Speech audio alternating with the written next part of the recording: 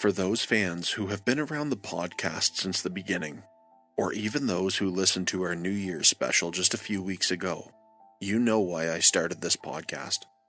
For those who don't, I'll recap it for you here briefly. In January of 2021, my cat Ace was diagnosed with stage 3 chronic kidney disease. The disease itself is something that grows progressively worse, so it wasn't a matter of if, but when. Somewhere between 2.5 and 15 months by my vet's reckoning. I took him home from the vet that day, and I didn't know what to do. I'm a baptized Catholic, but I'm certainly more spiritual than religious. I don't know if I've ever had an emotional outburst as violent as I did that day, so I turned to the only one person I thought could help: God. Now, I never asked God for anything in my life, but I needed his help for this one thing. I asked him to please give me one more year with my friend. No more, no less, just a year. My wife and I did everything we could, but the one thing we couldn't hold back was inevitability. On the 14th of February in 2022, we said goodbye to our friend, and we were with him as he crossed the Rainbow Bridge. Everybody speaks so often about core memories, but we never talk about the negative ones, the ones that really impact you on a personal level. This was one of those, and possibly the hardest thing I've ever had to deal with. If you're listening to this on the 14th, the day this episode releases, then it's been exactly 1 year since the day I lost my friend Ace. It was important to me that I did something to honor his memory, and at the same time, try to align it with the podcast, my creative outlet that's allowed me to find purpose in his passing. So from Ace to all of you listening, I give you the latest edition of the Folklore Appendices, in loving memory of my friend, Ace, my cat that was with me through the hardest times and the greatest moments of my life. These are urban legends of cats from around the world. I hope you enjoy listening, and to those who have been with me since the beginning and continue to tune in every week, I thank you for your support.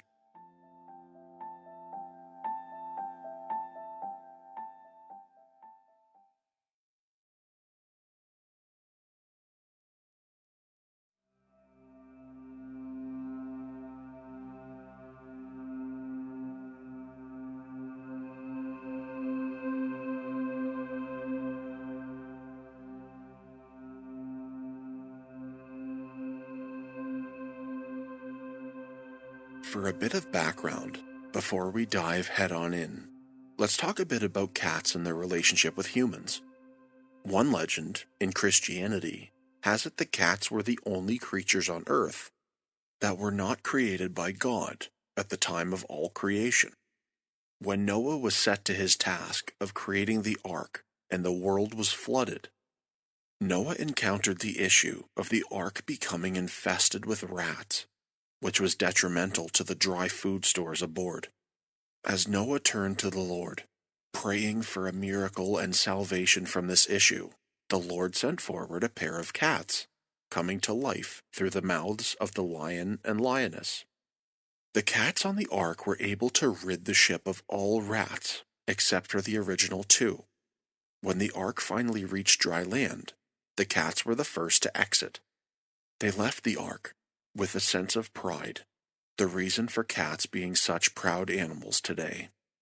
The earliest human interaction we have with cats comes from cave paintings and stone carvings of wild cats and other feline companions. In the early periods of humanity, they're often found on the sides of a goddess. This can be seen also in various regions that have been around since humanity first came into the cradle of life.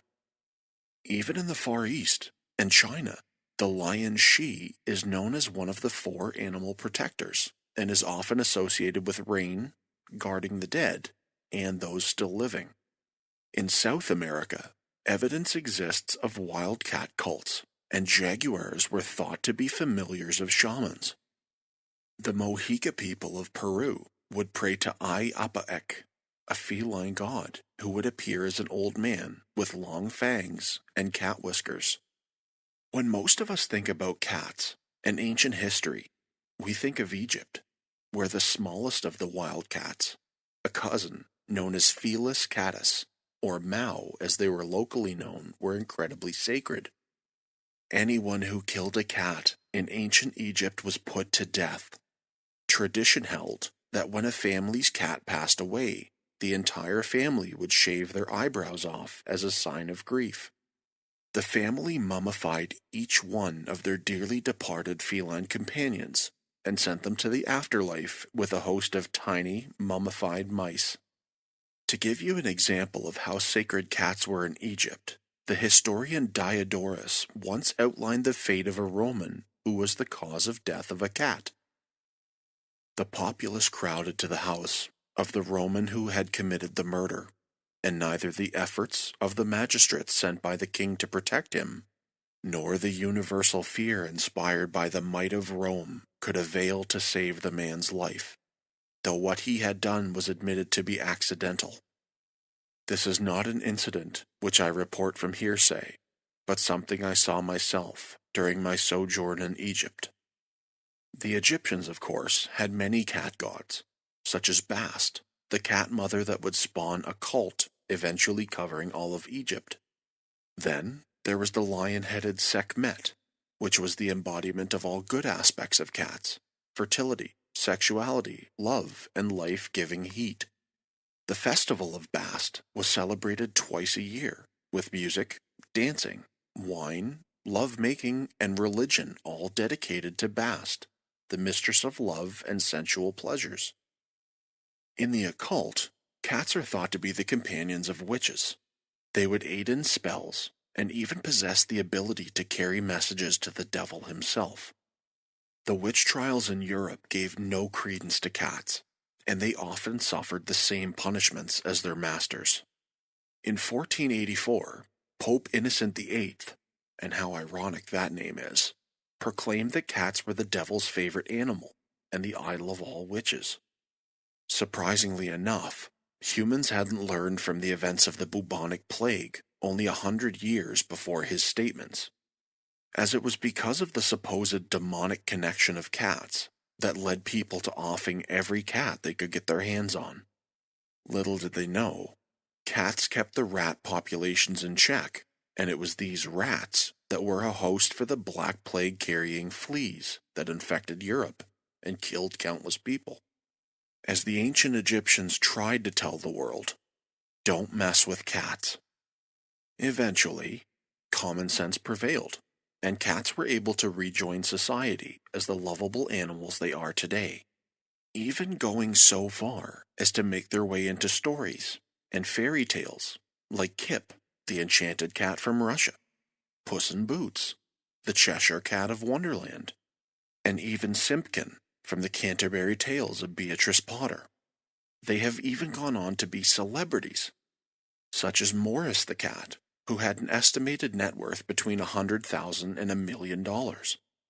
Cats even became war legends, like the German Kriegsmarines and the British Navy's Unsinkable Sam, who served aboard 3 ships that sank in World War II and survived every single time. Cats have been with us from the beginning days of early humanity, and they have always been our companions. At times, we don't deserve them. So, if you have a cat, or, in mine and my wife's case, multiple cats, ensure you hug them extra tight today in Ace's memory. Give them that extra treat and a few more moments of pets and scratches, because our lovable friends are not here forever. Possibly the most well-known cat in all of folklore and urban legends is that of Cat She, born from Celtic mythology and is sometimes known as the fairy cat, or in other legends, the king of the cats. The Cat She is mainly black with a white spot on its chest. It is a slender animal, but is said to be as big as a dog. The Cat She, which haunts the Scottish Highlands, walks on all 4s around humans, but will rear back onto 2 when it is not being watched. The legend of the cat she comes from the real Scottish wild cats that roam throughout the Highlands. Some of these, like the Kellis cat, are a hybrid between house cat and wild cat. Those who know the legend believe that the cat she were responsible for stealing the souls of unburied dead, and often preyed on those at funeral parlors and places that bodies rested, awaiting to be buried. But the cat she is not immune to everything. One thing that could prevent the cat she from stealing a soul was to keep the body in an area that was cold, as the animal, like most cats, prefers warmth. For anyone who has a cat, you can absolutely understand that. Those in Scotland use the practice of file fadlach, like watches or vigils, to ensure that a body was never left unattended. People could also play leaping games, or wrestle to help ward the cat off. They could also spread catnip in each room of the house except for the room the body was in to appease the cat she. The cat she was also responsible for the link between black cats and Halloween. During Samhain, which we discussed in chapter 14, the animal is said to bless any house which left a saucer of milk out, which was what the cat she loved to drink. More often, these curses would cause the udders of the home's cows to run dry, but they wouldn't only visit homes. The cat she would often visit dairy farms and steal the milk directly from the cows, rendering them useless. In Ireland, the cat she is slightly different. It's a term used to describe a witch that had the ability to transform into a cat. A witch could do this a maximum of 9 times in her life, but on the 9th, she would be transformed into a cat for the rest of her days. But this isn't the end of things for the cat she, for it too could transform. The animal could become Big Ears. This entity was summoned through a divination ceremony known as the Tagarim. Practitioners would starve themselves over a period of 4 days while sacrificing cats, and I apologize as this is vivid, by roasting them alive for 4 days, one after another. In turn, it summoned a legion of demons in the guise of screeching black cats. At the head, Big Ears would appear and grant a single wish to each person that took part in the ritual. A story that has descended from the Scottish Highlands about this ritual is that of Alan non Crach, which goes as follows. Alan non Crach was a bloodthirsty and merciless warrior who would mount expeditions to plunder his neighbor's territory from his home in Tor Castle. By the late 1400s, however, his fortunes had waned, and he sought general counsel from Gorm Shiel, the blue-eyed witch. Under her direction, and aided by a servant, he went to a corn kiln just outside Tor Castle, near present-day Fort William, to attempt the Teghanim non cat. As the servant commenced a process of roasting a cat before a slow fire, Kamdub, the king of the cats, appeared, and offered his counsel in return for liberation of the victim on the spit. Once freed, this cat disappeared into what was known as the Buina Kate, or the Pool of Cats, on the river Lochie. In return, Alan asked how he may atone for his wicked past.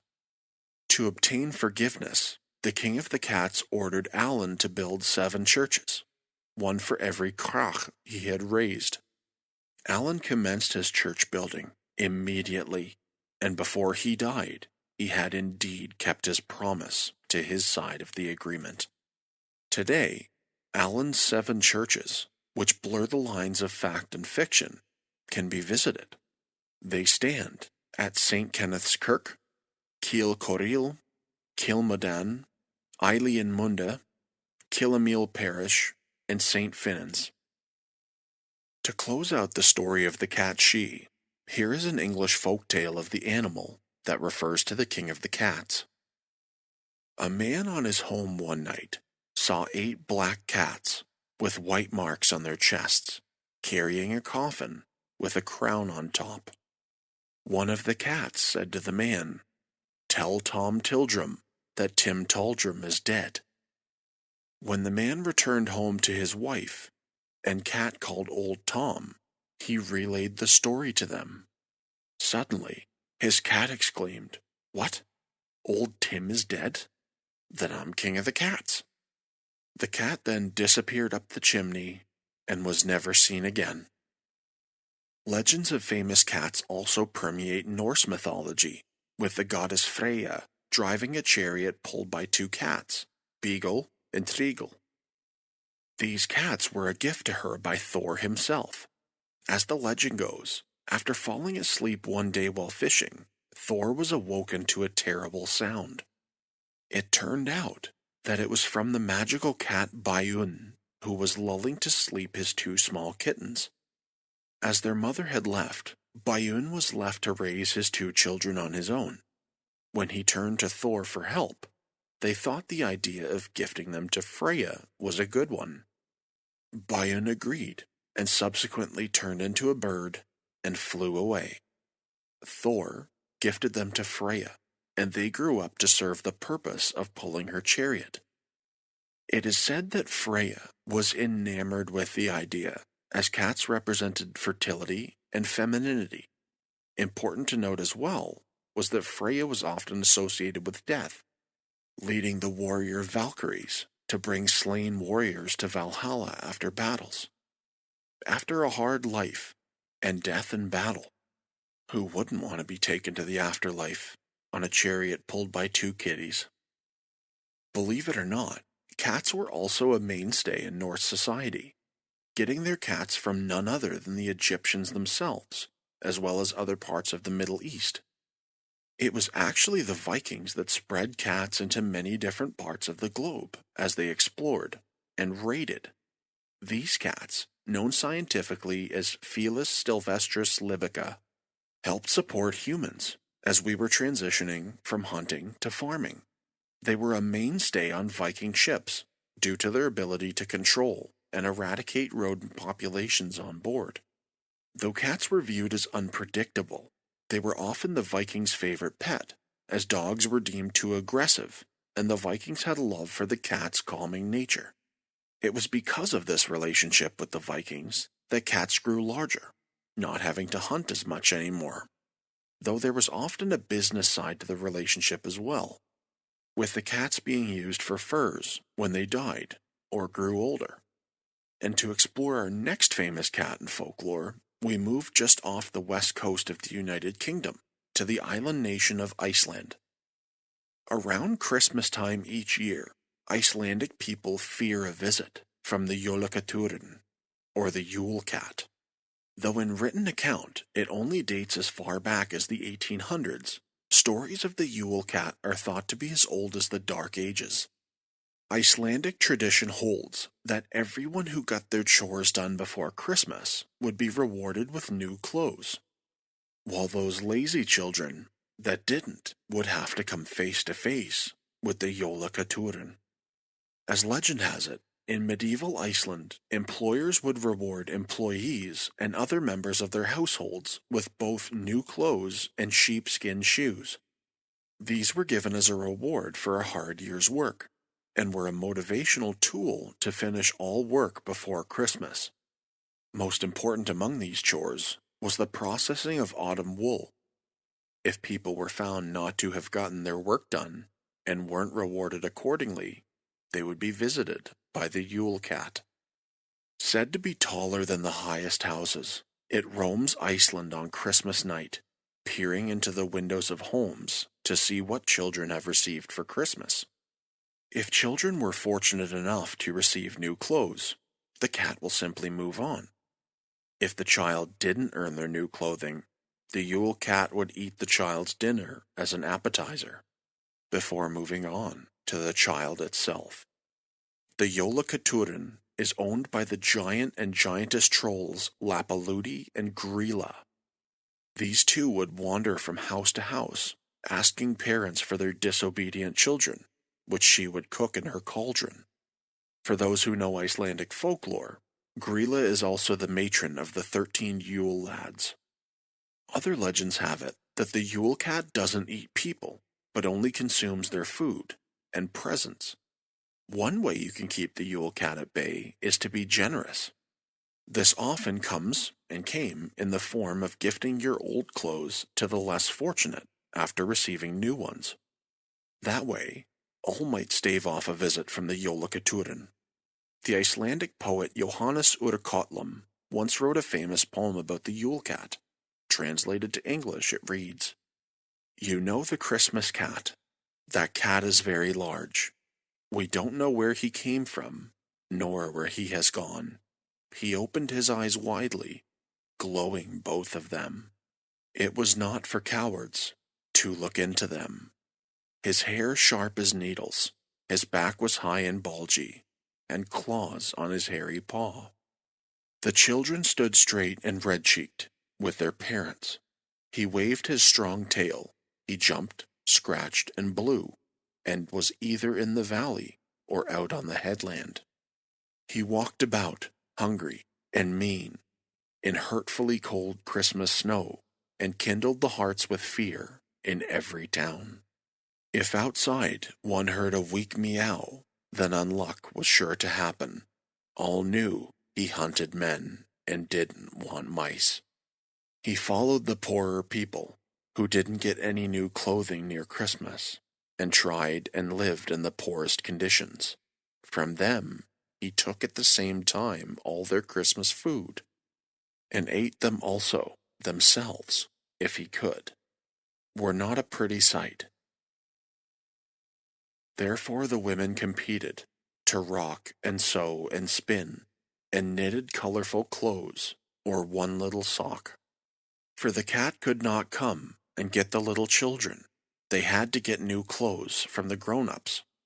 When Christmas Eve was lighted and the cat looked inside, some had gotten an apron and some had got a new shoe, or anything that was needful, but that was enough. For cat should eat no one. Who got new pieces of clothes, she hissed with her ugly voice and ran away. If she still exists, I don't know, but for nothing would be this trip. If everybody would get next Christmas some new rags, you may want to keep it in mind to help if there is need. Mayhaps the looking for those who suffer from lack of plentiful lights will give you a happy season and Merry Christmas." So with these examples of famous cats, I'd be amiss not to talk about cats in relation to superstition. In the Netherlands, cats are believed to be huge gossips and will tell all of your darkest secrets to other people. So, the Dutch take heed not to have important or private conversations in the presence of their cats. Of course, as humans, we still have yet to understand the literal meaning behind meow. In Japan, if a cat takes to washing its face with its paws, it's taken as a sign that company is on the way. In Italy, hearing a cat sneeze is said to bring the listener good luck. If it sneezes multiple times, it's believed that you'll be coming into some money. Alternatively, if a bride hears a cat sneeze on her wedding day, then she's headed into a good marriage. However, if the cat is heard to sneeze 3 times, it's taken as a sign that you'll come down with a cold. One of the most common superstitions are those surrounding black cats. The ancient Egyptians believed that they were in association with the goddess Bastet.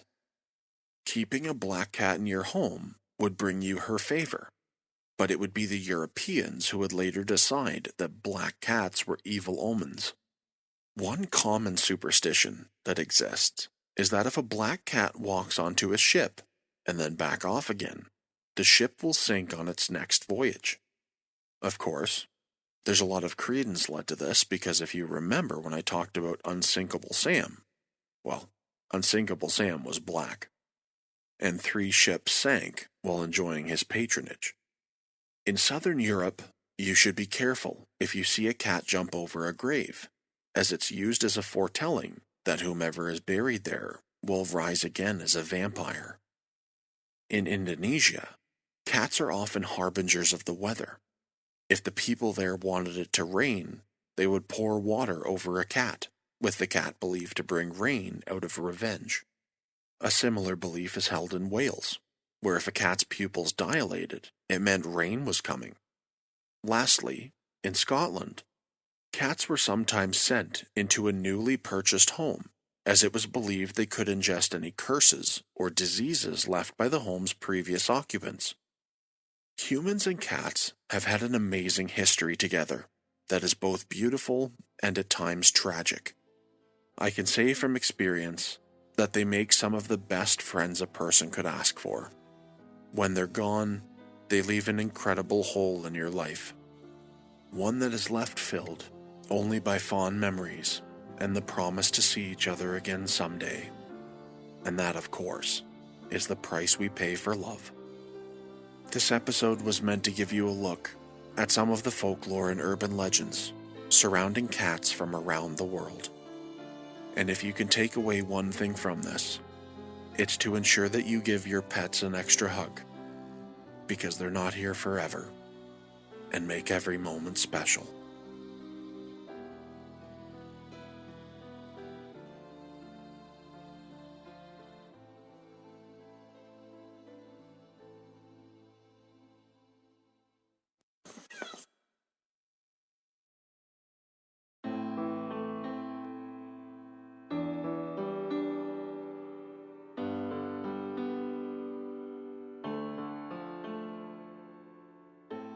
If you're hearing this message, that means you made it to the end of my episode, telling the story of cats, their relationship with humans, superstitions, and some folklore from around the world. All in honor of my loyal companion and my best friend Ace.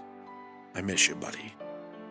I hope you enjoyed listening about everything today, and I'd like to thank you very much for coming back. Before you go, I'd love it if you could leave a review and make sure you're subscribed so you don't miss any of the amazing stories to come. Like next week, when we discuss the legends surrounding the sunken city of Atlantis, as well as the urban legends of sirens and the Kraken. New episodes release every Tuesday at 5 a.m. Eastern Standard Time. But for now, it's time to close the cover of the Insidious Agenda. I'll see you again next week, and thank you for coming back. And thanks to you, Ace, for always being my friend. I'll never forget you.